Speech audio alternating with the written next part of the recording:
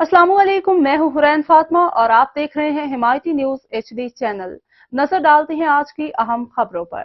अल-मदीना institute of Islamic and modern education F1 Mirpur Azad Kashmir में माहाना तरबियती नशिस्त बाउनवान तरबियतुल अतफाल फी ज़ो अल कुरान वल सुन्ना, बच्चों की तरबियत कुरान और सुन्नत की रोशनी में का एहतमाम इंतहाई तुज़्को एहतशाम से किया गया।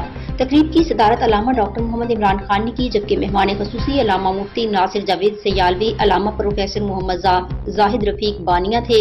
उसवे रसूल सल्लल्लाहु अलैहि वसल्लम की दुनिया व आखिरत में कामयाबी का ज़ामिन है।